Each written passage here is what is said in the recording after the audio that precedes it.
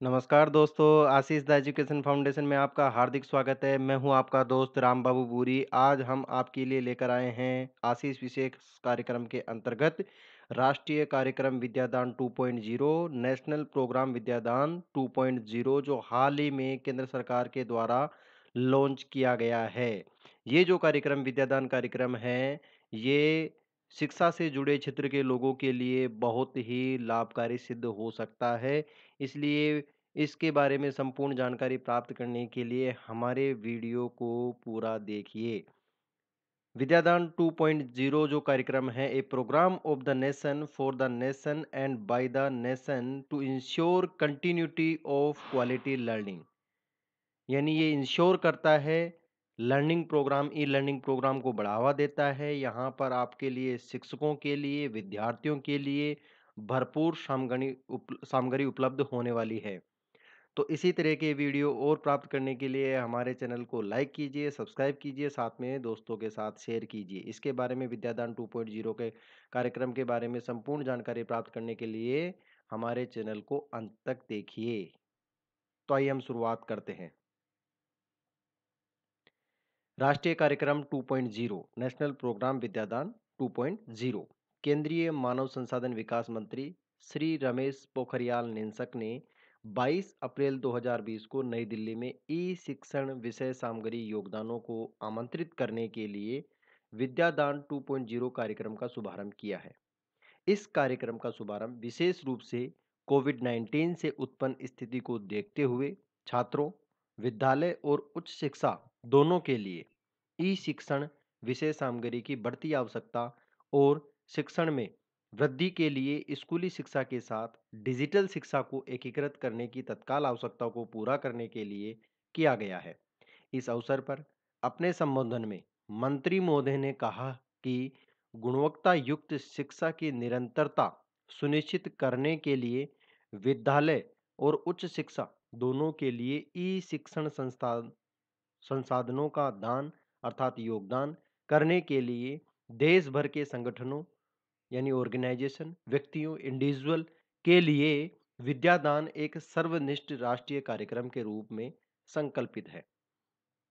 मानव संसाधन विकास मंत्रालय का DIKHSHA अर्थात दीक्षा प्लेटफॉर्म शिक्षण और अधिगम प्रक्रियाओं में वृद्धि के लिए 30 से ज्यादा राज्यों केंद्र शासित प्रदेशों के साथ मिलकर वर्ष 2017 से संचालित है।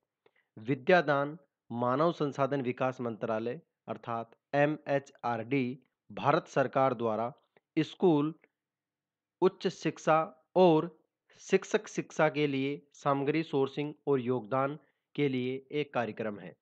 यह राष्ट्रीय कार्यक्रम देश भर में विशेष रूप से व्यक्तियों और संगठनों को शिक्षा क्षेत्र में ई लर्निंग संसाधनों के योगदान के लिए एक आह्वान है, ताकि यह सुनिश्चित किया जा सके कि पूरे भारत में शिक्षार्थियों के लिए गुणवत्तापूर्ण शिक्षा जारी है।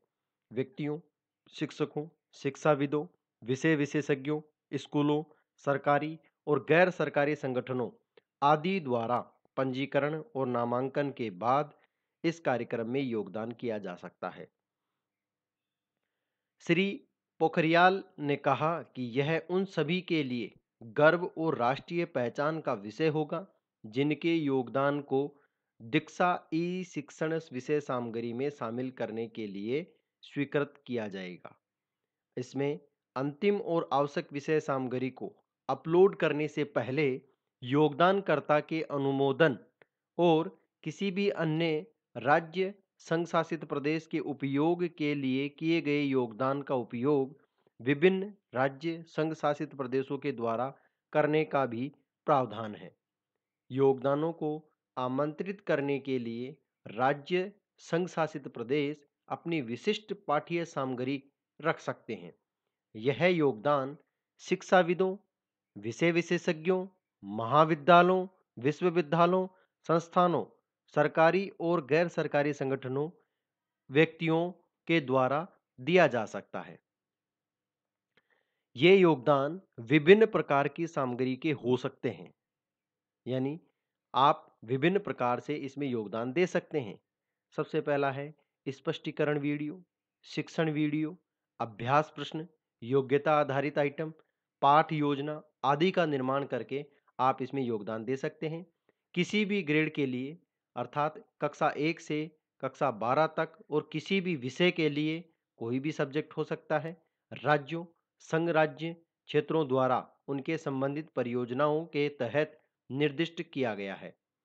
इस तरह के योगदान को क्रिएटिव कॉमन्स लाइसेंस ढांचे के तहत खुला लाइसेंस होना चाहिए और संबंधित राज्यों, संघ राज्य क्षेत्रों और सीबीएसई द्वारा क्यूरेट किया जा सकता है।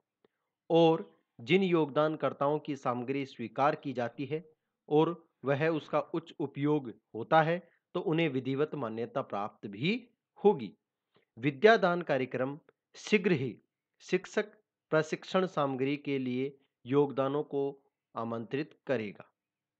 यानी अभी तो ये केवल विद्यार्थियों के लिए हैं, अब शिक्षकों के लिए भी प्रशिक्षण सामग्री के लिए योगदान के लिए इसमें आमंत्रित किया जाएगा। अब बात करते हैं हम ई लर्निंग संसाधनों के प्रकार आप योगदान कर सकते हैं। Types of e learning resource you can contribute, यानी जिनमें वो प्रकार जिनमें आप योगदान कर सकते हैं। पहला, स्पष्टीकरण वीडियो के थ्रू, यानी एक्सप्लेनेशन वीडियोस बना के आप इसमें भाग ले सकते हैं, योगदान दे सकते हैं। दूसरा, अभ्यास प्रश्नों को बनाकर आप प्रैक्टिस क्वेश्चंस का निर्माण करके आप इसमें भाग ले सकते हैं। तीसरा, शिक्षण वीडियो, टीचिंग वीडियो बनाकर आप इसमें भाग ले सकते हैं। चौथा, प्रायोगिक शिक्षण वीडियो, यानी एक्सपेरिमेंटल जो एक्स एक्सपेरिमेंटल लर्निंग वीडियोस हैं, उनको आप बनाकर इसमें भाग ले सकते हैं। लास्ट है पाठ योजनाएं, अर्थात लेसन प्लान्स बनाकर आप इसमें भाग ले सकते हैं। आप इस चित्र के द्वारा समझ सकते हैं कि किस प्रकार आप इसमें ई लर्निंग संसाधनों का प्रकार देख सकते हैं। इनमें से कोई भी एक प्रकार चुनकर आप इसमें भाग ले सकते हैं। पहला है explanation video, practice question, teaching video, experiential learning video और लेसन प्लान्स, अर्थात स्पष्टीकरण वीडियो, अभ्यास प्रश्न, शिक्षण वीडियो, प्रायोगिक शिक्षण वीडियो और पाठ योजना का निर्माण करके आप ई लर्निंग संसाधनों में भाग ले सकते हैं, योगदान दे सकते हैं। अब बात करते हैं योगदान करने के लिए आपके क्या-क्या दिशा निर्देश होने चाहिए। गाइडलाइंस टू कंट्रीब्यूट, कौन योगदान दे सकता है, हु कैन कंट्रीब्यूट। सबसे पहले तो ये जानेंगे कौन-कौन योगदान दे सकता है। जिन व्यक्तियों या संगठनों के पास अच्छी गुणवत्ता वाले ई लर्निंग संसाधन है, उनका विद्यादान कार्यक्रम में योगदान करने का स्वागत है। यानी जिनके पास अच्छी गुणवत्ता का ई लर्निंग संसाधन उपलब्ध है, वो इसमें योगदान दे सकते हैं। अब बात करते हैं व्यक्तियों को योगदानकर्ता के रूप में, इंडिविजुअल एज कंट्रीब्यूटर, यानी इंडिविजुअल रूप से आप भाग ले सकते हैं इसमें। यदि आप एक ऐसे व्यक्ति हैं जिसके पास ई लर्निंग कंटेंट है, तो आप विद्यादान के लिए एक व्यक्तिगत योगदानकर्ता के रूप में योगदान कर सकते हैं। यदि आप किसी संगठन का हिस्सा है, तो आपका संगठन में योगदान देने के लिए आपके पास पहुंच सकता है।